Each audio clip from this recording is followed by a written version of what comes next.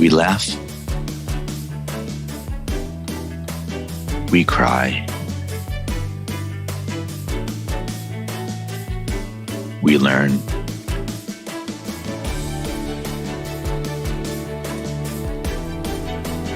But really, what doesn't kill you makes you better at managing clients and everyone.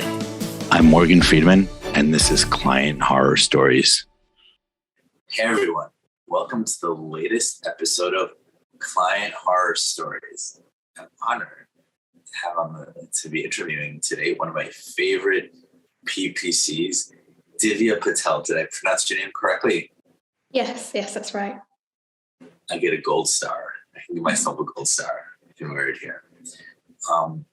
So let's jump right into the story. What's your client horror story today, Divya? So it was actually quite a while back. I was very early on in my career, and I joined in sort of halfway through the process where it was already a stable client. We were already providing a range of services, and I was quite new to the company as well. The client, I'll just make up what they sell just for the sake of it. So they sold men's luxury watches. So they were trying to enter into like the premium market. But the two owners were quite young. They were pretty much in their mid-20s. So they themselves were very new to owning a business, running a business. And they were very, very ambitious. Like as soon as they came on board, they knew what they wanted. Yes. So in terms of expectations, they had high expectations.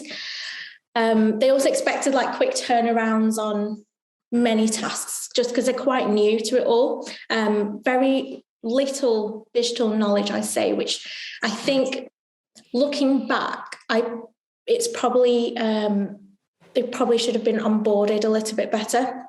What I've learned over the years as we've sort of developed processes across different agencies, the best way is to onboarding is like the key bit when you bring on a client, because that's where you set the expectations. We get an idea of how much digital knowledge they have and make sure they understand what you do and what they should expect as a minimum from PPC or paid social.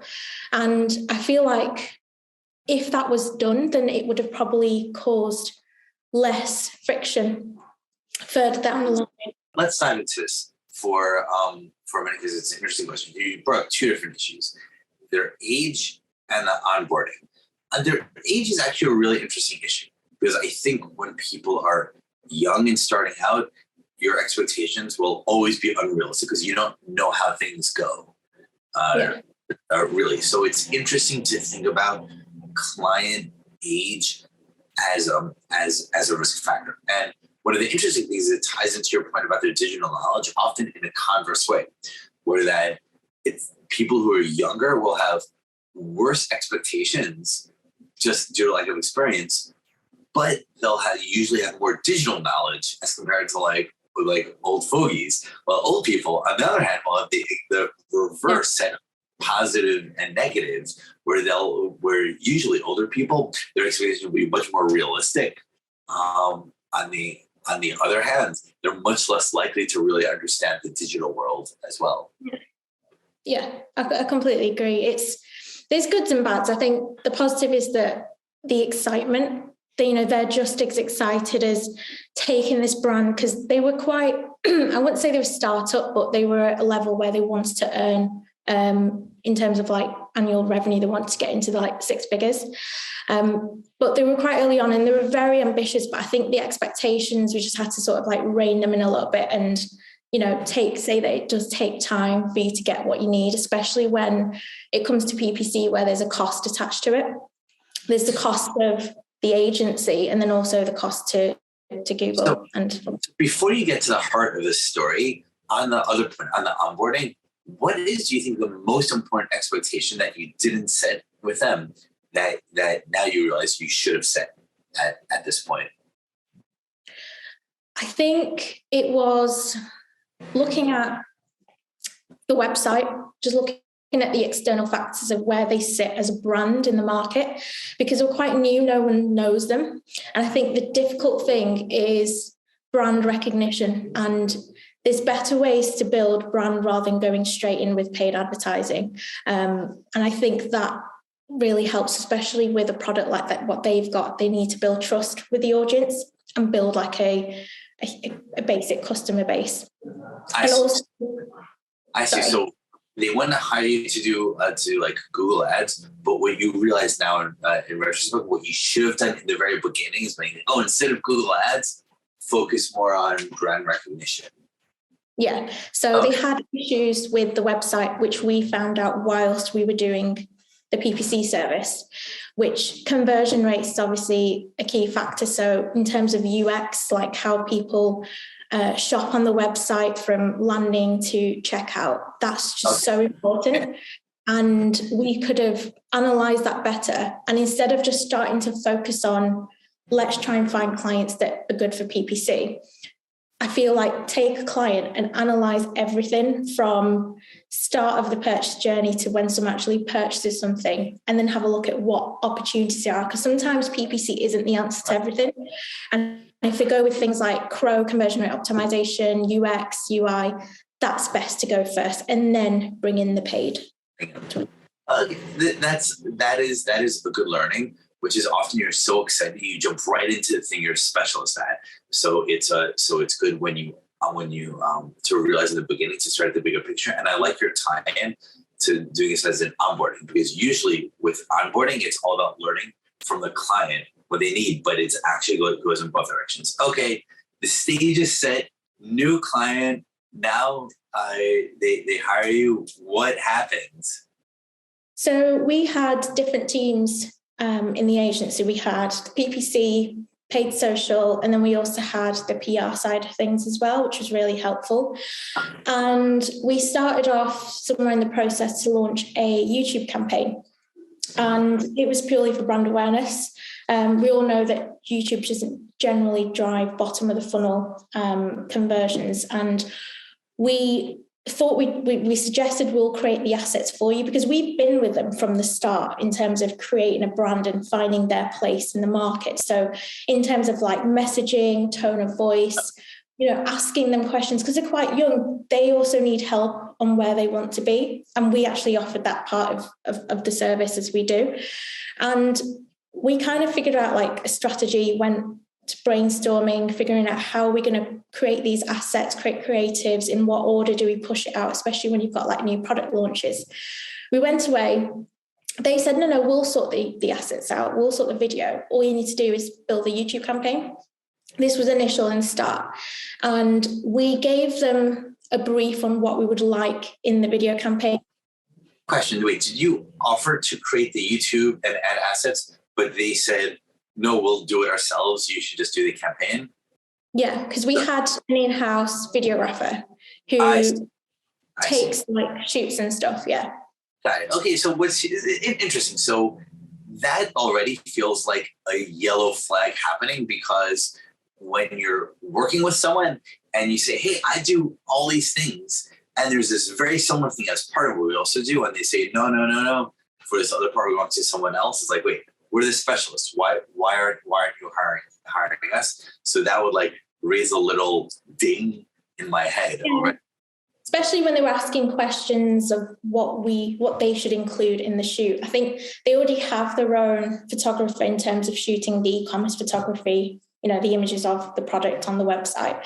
So whilst they're doing a shoot, might as well add time in for the actual video.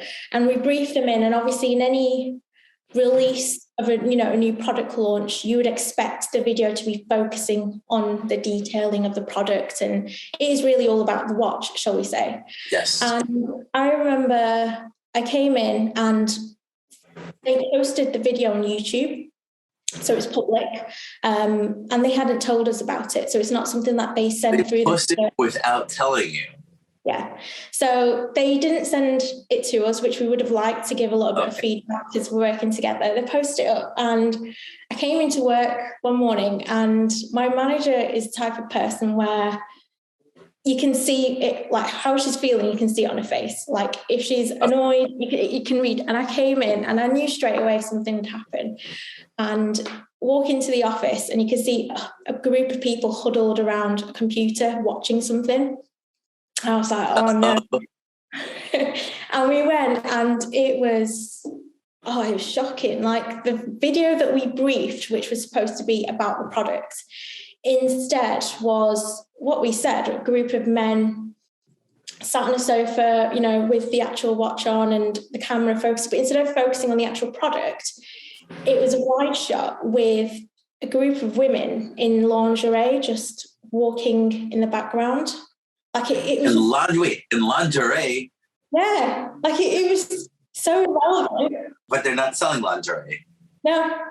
So you get like other snips of like someone, it will just be like mainly about the women in underwear when it wasn't about that. And everyone just didn't really know what to say. Then question I have to ask for people watching in the future, it's now the year 2022. How long ago was this? Because I feel like in 2022, it would be like a big red sign, but there's a point 10, 20 years ago where this is a bit more acceptable.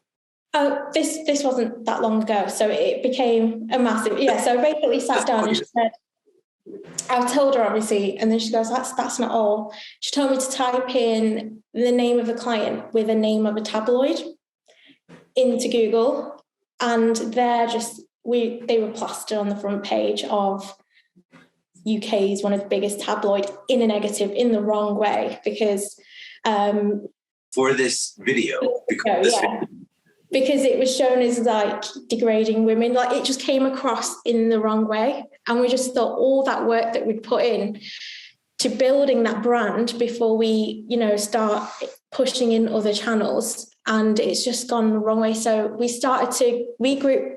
Quick question. I just want to unwrap this a little bit, because to me, I've seen lots of videos launch, and like including very offensive ones, but they like rarely ever make it to the front page of the Daily Mail or whichever one it is. And do you know how the Daily Mail, like as soon as it was launched the same day, like found out about this? And because it feels like weird.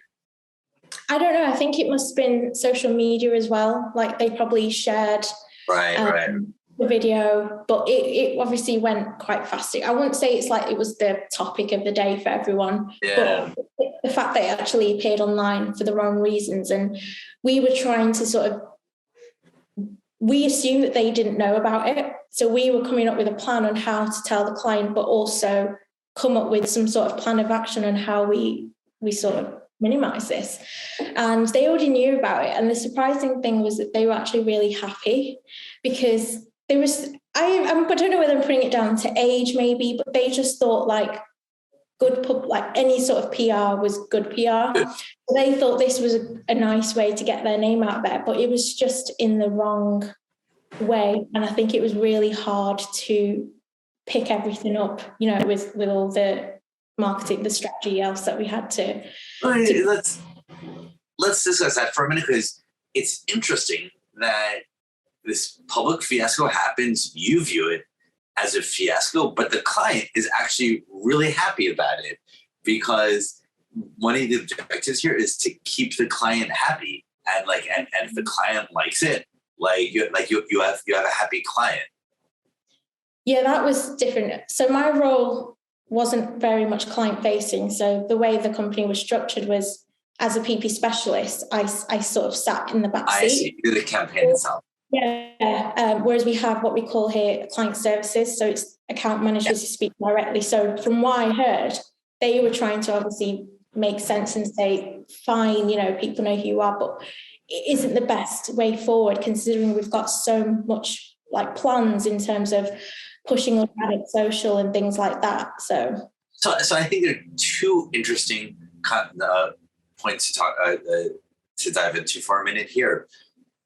One is often what clients want is not what's in their best interest, and it's really, and what's very, very difficult is to convince a client you want this, but you want this other thing.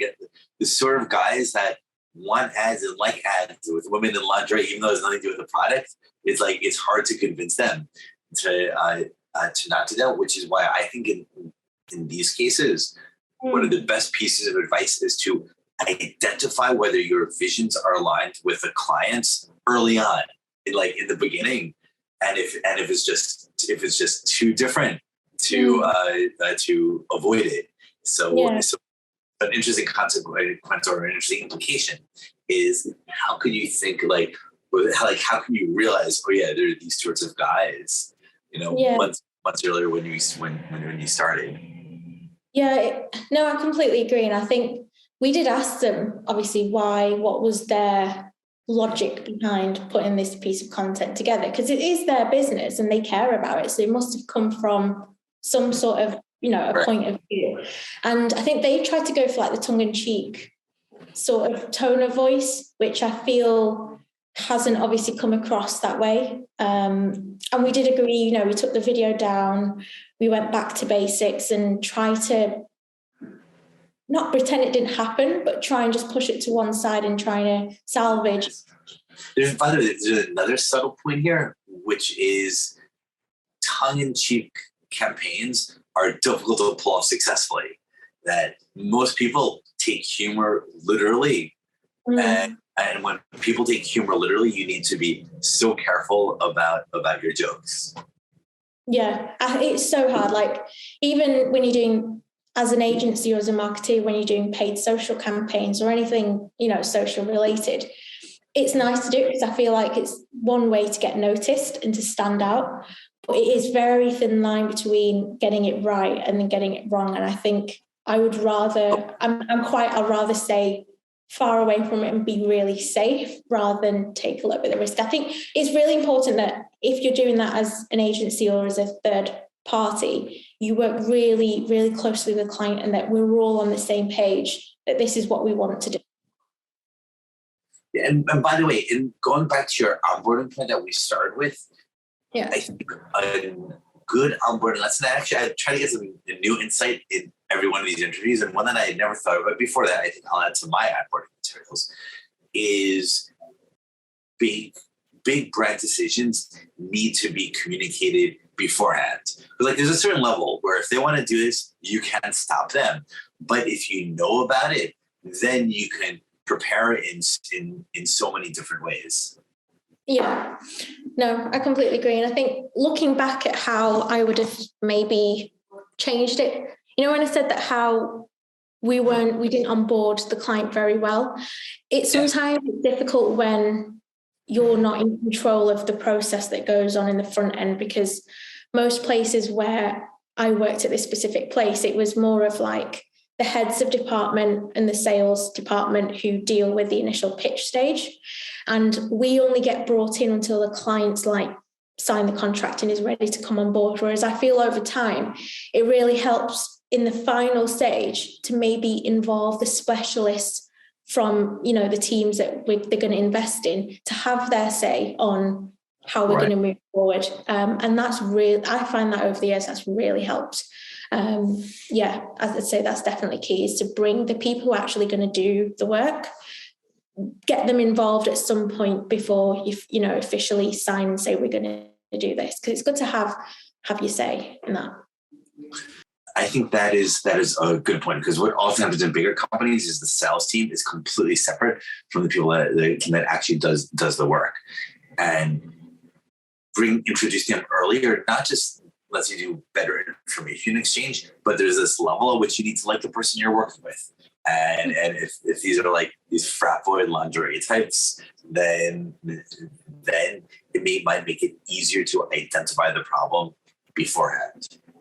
Yeah. And I think it is generally where, because I feel, I don't want to put it all down to age, but I think they just thought that this is the demographic we want to target. So they're probably thinking about the demographic. And I still don't understand exactly how they came to that conclusion, but it could be due to that. But over time, as we started to develop the relationship, I think they understood to listen to our opinions first, and the implications it can have if they decide to go a little bit rogue like that. I think from our end, even if they'd told us or we've sort of worked together, them sort of uploading the video without letting us know, I think that was just something like, you know, we need to build a relationship where we're equal partners. And that's, again, something I've learned moving forward, is that it's never us against them, like we're the agency or the client. I always want to treat it as we're like an extension of your team. So we want to be part of your team.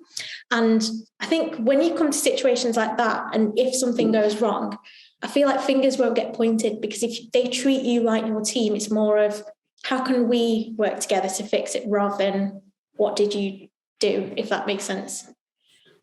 No, that makes sense. So it sounds like after this calmed down, they started trusting your team more and incorporating you more into these sorts of discussions. Yeah, definitely. We kind of felt like part of their inner team, if that made sense. So when we did obviously go back to basics, how we then rolled out the strategy for me was quite smooth, considering what went on beforehand, because they just listened, and we told them, you know, we are here to help you. So they might just need to just take our ideas on board, because at the end of the day, they've kind of hired us for our advice and for our expertise. So they need to allow for us to have that creativity, that opportunity. That's great. So question, what were the long-term effects of them being on the front page of this tabloid and all this happening? Like did it end up hurting them? Because like maybe their initial instinct was correct. Maybe they got some publicity and it ended up helping.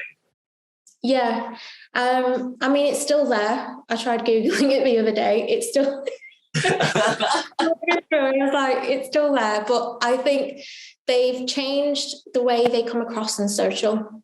So in terms of like Facebook, Instagram, or, you know, in social channels, they've changed their tone of voice. So I know you can't undo what's happened, but I feel like if you change the messaging, sort of just bury it a little bit and just move forward, and also figure out where you actually want to be, because you can't temporarily, like, it's a long-term strategy. What do you need to do to make sure that your brand goes on forever? There's some longevity behind it. So I think it was more coming across just what is your tone of voice, and starting off with that, trying to, you know, spread that all over social, get your messaging out there, and just change the way you come across to the audience, and then let all the other services like the paid marketing come after. Yeah, that makes sense. Everything is a journey, especially on these sensitivity issues. So you can improve the journey. Okay, that's great. And now, so crisis happened, calm down, they started trusting you. Looking back on it now, are there any, so first, what did you change as a result of this crisis? You mentioned at the start that you changed your onboarding a bit, but now that we know the story, how did you change the onboarding, and what other process or what other lessons did you learn and changes you make as a result? So when we onboarded clients, we educated them. Well, we found out, first of all, how much they know about digital, so where they sit in terms of knowledge-wise. Get to know a little bit about what they want as well as a brand, because sometimes clients don't know what they want. They just know that they want to grow their brand, but sometimes you've got to help them figure out what they want as well from the business. And I think firstly, educating them about the services. So, for example, we had a similar brand that came on board. It was fast fashion. I don't know if the term is known in the States. So it's women's fashion, but it's very low costing. I don't know if you heard of Pretty Little Thing in the US. I don't know much women's fashion, so it was a women's fashion brand, and he literally had no idea about anything to do with marketing. I mean, he barely got involved with just the organic posts that he put on Instagram. And we just taught him the basics of how PPC works. And once he knew that, so we basically just did one session, like a consultancy session. And we just, I wouldn't say teach him, but just make him just go through the whole the basics of digital marketing, and then finding out what they want and just doing a full brainstorm session. So one person from each delivery team, so that's PPC, paid social, SEO, content, CX team as well. And we'll all come together and, look at the website, look at the client's objectives. And in terms of order, what is the best channel to push forward? So come up with like a 6-month plan. And in month 1, month 2, how would we do it? And pitch that back to the client. I think that way you get to iron out any issues that you want to sort out before you involve paid advertising, because I feel like paid is something that should be last compared to things like, fixing the conversion rates and things like that on the website, because it's marketing that you're putting money behind. So you're paying for people to come onto your website. So you need to make sure that the website is actually accommodating users. And having people who will end up working on the project to be involved right early, you get your say. And to be honest, I feel like you get it right. And there's no ways of going back and forth, because what I found sometimes is the clients come on board, you go through month 1 of results, and you'll get into conversations like, well, you said that you'd be able to do this for me. And when you're getting asked that, you were in that initial conversation, somebody else was, because it's literally, they've done the pitch, they've handed the brief to you, and now you start the work. So anything that was said at the start, you don't know what they were promised or what they were told, because clients hold on to certain things that you say. So you've got to be very careful of obviously what you say to them in the start. By the way, I love that. I'm totally going to quote you on that. It's a very good observation. Clients hold on to certain things you say. It happens to me all the time where I'll be talking to a client, sometimes like former clients from years ago that I'm still friends with, and like they'll quote back like minor little observation or like the most least important strategic idea I came up with, and sometimes this really resonates with them, and it's always interesting when that happens. Yeah, and it's a very tricky situation when they quote you on things that you never said and it was somebody else that was involved. So I feel like the people that will end up working on it involve them in the initial, right from the start. So there's no issues about this person said this or this person said that. And also you get to figure out what the problems are and come up with a solution because the right people are there in the process. So I've actually found in terms of what we call in agency like churn. So when clients come on board and leave, I found the churn rate to be very, very low. Like I feel like that's the best way to maintain a strong, relationship with clients. Again, and all the whole being an extension of them as a team rather than an agency. Yeah. By the way, part of the way I manage my teams is one of my iron laws is if it's not documented and shared, it didn't happen. Like for every little thing. So like after every meeting with the client, even like quick little informal one, meeting notes, sometimes it's 3 sentences, but like everything is documented, shared. And there are a whole bunch of reasons that I like doing this: transparency, documentation, accountability, etc. But one of the reasons is because this completely solves the wait, did you say this problem? Because even if someone mentioned something quickly offhand or like made a mistake, like if it's not in the official meeting notes, it's not on the record. Oh wait, like so if they want to use it against us, saying, oh wait, no, you wanted to do this and it didn't happen, I'm like, let's go look at the meeting notes. Like, when did this happen? Was in the strategic docs?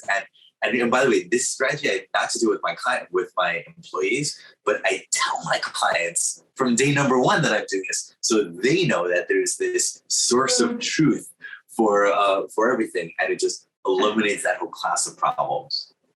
Yeah, and I wouldn't say this is a common issue. I think it's just something that we've all experienced. So I wouldn't say, this is a constant issue, but it's always great to learn. It's a constant issue for me. You're lucky if it's not a constant issue for you.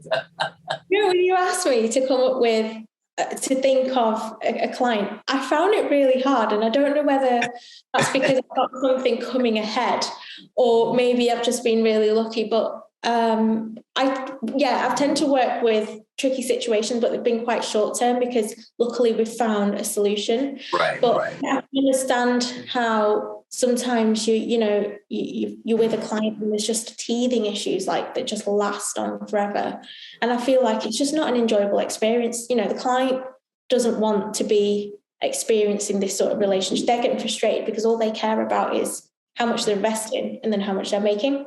Yes. But sometimes they just care about the bottom line figures. So, when I said about educating the client, where we presented like a presentation that is about 10 slides that goes through the basics of PPC. Sometimes even doing that, they still probably don't get much from it because they're just not interested. They're just wanting to know how much you can make me back if I invest an X amount of media spend. But like you say, documenting and everything, it is still important to do that as a whole. The clients that are just interested in the bottom line, in my experience, are the worst clients because if you only care about money, it's like in the last month I put in 10 cents. How come I'm not a millionaire? And when all they care about the bottom line is, they're going to judge you fast based on mainly numbers. Second reason why I think those are usually the disaster clients is this: to do digital marketing well, you really have to be partners. Like you were saying before, you have to be an extension of their team. You have to think through the ideas together. It's not like digital marketers know a magic button. Oh, you pay me 10 cents, I'll press the button and you'll suddenly be making millions of dollars. We always just that way. We have to come up with ideas, campaigns, targets, funnels together. And that takes both sides because they know the brand and the product better than the digital marketer ever will. So a much bigger process, I think, than what they think. They think it's just a paid form of advertising that if I pay for it, I'll get an X amount back. But there's so many factors involved that even the most, experienced people, you can't be in control of every single variable, especially in this day and age. I feel like post-pandemic, that's just a complete different discussion topic from what we've experienced in the UK. And I feel like it's a global thing, is that e-commerce or general PPC, it's changed since the pandemic because people are changing the way they purchase, the way they're buying, and that has had an impact on costs, like cost per click, and that's obviously going to have an impact on your spend and the return. So clients who were spending an X amount of budget years before COVID are now having to pay more with the same amount of return, like the return on ad spend. And I've experienced that with a couple of my clients as well recently, where the market's just changing, and trying to educate that to the client to say, we need to change the way we work now because everything else is changing. Yeah, I agree 100%. To wrap this up and go back to the story, any other lessons you've learned or points you want to share from this experience or did we cover the main ones already? I'd say when it comes to what I said about setting expectations, sometimes clients want something in figures of, give me a rough idea on if I spend this, what I will get. It's so difficult to forecast, shall we say, what you're going to get back. So sometimes if the client's really pushing for it in the front end, put together some figures, not in stone. So you've got to make it clear that we can't guarantee we'll get this. This is a ballpark of, if you invest this much, looking at this is the average order value of what people are buying on your website and your conversion rate. This is how much traffic and what we're looking roughly at revenue. I think that really helps, because if you don't let the client know roughly what they're getting into, that can cause issues, because again, they probably have higher expectations and you've already looked at the site and you know that it's going to take 3 months, whereas a client's thinking it's going to take them 1 month to get where they need to be. So it would be good to test out like forecasts or just do mini targets to present to them to give an idea of, what they're going to get back. I think that's good advice. And it's interesting. In my mind, forecasting is always separate from expectation management, where I start engagements by managing the expectations, by how communication will work and the speed and so on. But I like I like incorporating a formal forecast into that. Okay, with such and such ad budget, then then it's likely to grow in this sort of way, these sort of contours over time. So I think it's a good insight to link them. Yeah, it's difficult. Like if people are listening and they're thinking it's hard to get specific figures because you're a new brand. So if you were set up a startup business, you don't have any data to look back on to forecast on how well you're doing. So I think even using secondary KPIs, so maybe not just, focusing on actual revenue targets, look at secondary KPIs of cost per clicks, doing your research to say, for someone in your market, CPCs are roughly at this much. So you can expect this much traffic with a spend. And I think even secondary KPIs, just giving some sort of outline on what the client expects, because I understand as frustrating it is, they do need to know, have some sort of idea of where they're going to be. And I think you should give that to them, because if we stick to what we say about we don't know, it's hard to close a deal because they want to know, obviously, roughly what they're going to get. That's another good point where it's common to start engagements in any industry by giving expectations, including these forecasts and specific KPIs. But I like your insight of separating them out into primary and secondary ones. Because often what happens is we'll kind of just group them all together. Okay, here's, the CPC and the CPA and target this, target ROAS and all this, and all this ultimately culminates in how much money you'll make. But really all the time, there's this one is actually the really important ones, and these ones are just supporting ones, and it's often not the obvious ones. Like often in digital marketing, I found people that don't really care about making money back. They just want to sell a lot of books or whatever. It's sometimes the real KPI is a vanity metric, for example. Yeah, sometimes that I feel like that still happens now, where clients just want to appear on top of first page of Google, and that's all they care about. So they could be searching for the ads. I don't know if you've experienced this. Oh my God, the number of clients I've had tell me that I've searched for my ad and I can't see it on first page of Google.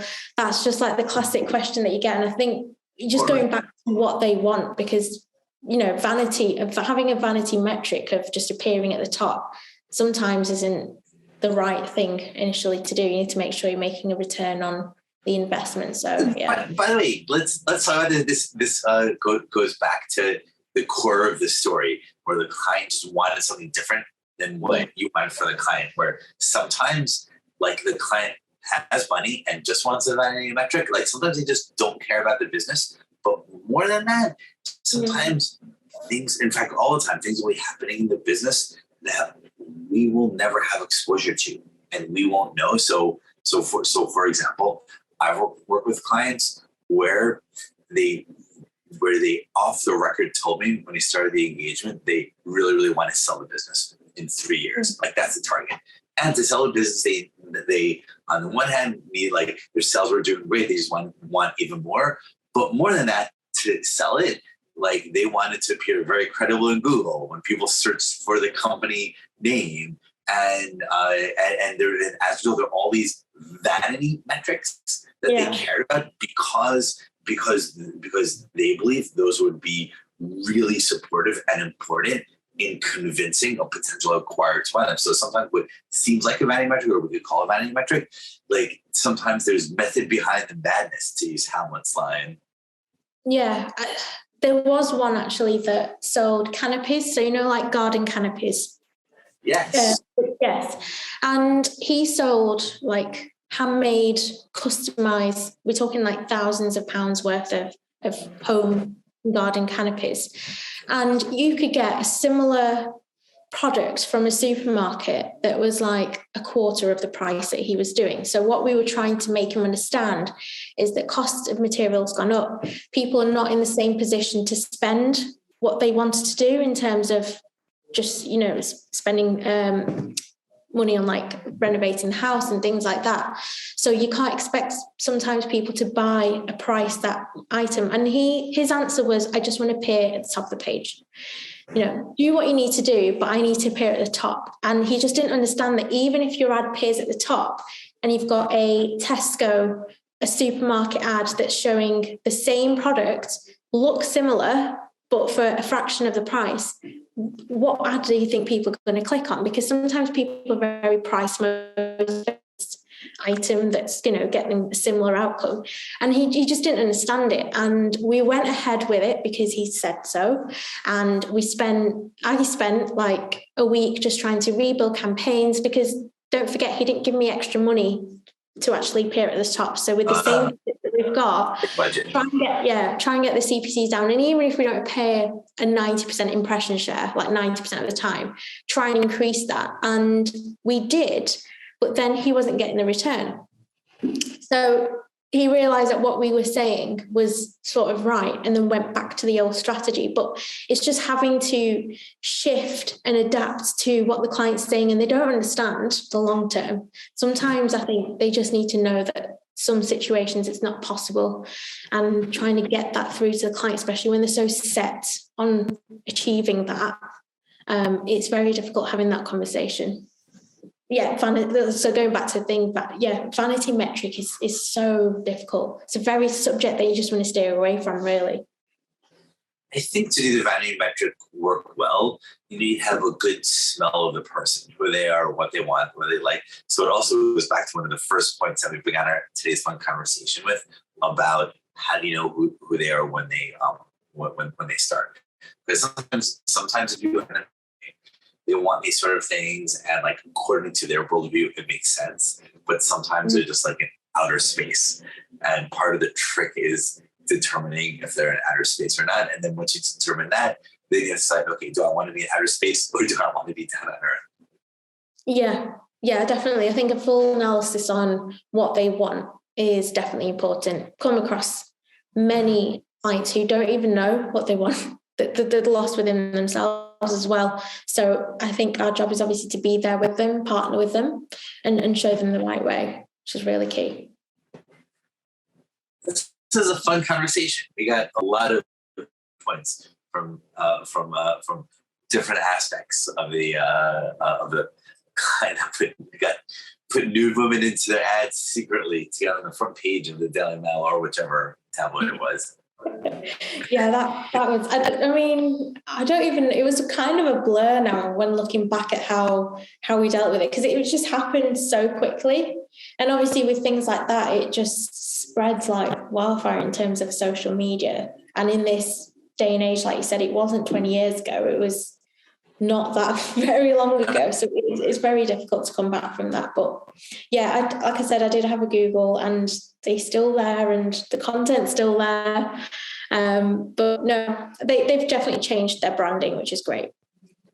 But I think also it's good that people do things like this, because people really, to go back to one of the questions you were saying a few minutes ago in a different way, people do have different objectives and want different things. And like, hey, if you want to do that and you understand the consequences, and you understand how the brand will come off, like, have fun creating fun, wacky ads. And said differently, maybe it's true that there is no such thing as bad publicity. Yeah. And also, in a weird way, like, it's a learning lesson for them. Because I feel like every entrepreneur or, a successful business owner has done mistakes. Like, it's not, we don't hold them, because they are new to everything. So I think we've got to take that into consideration, and they've definitely learned from it. But yeah, I think the ideal client would be where someone's just so open and be like, right, tell me what we need to do to get where we are. I feel like that's very rare to come across. I've come across recently, and I'm so happy. Like, those are like the gem clients where they're happy for you to take the reins. And I think it is very rare, but it's great. Yeah, those clients are the gems that you need to treasure with all your emotions and energy. Yeah, definitely. It's fun. Divya, for a great conversation, and everyone who's made it to the end.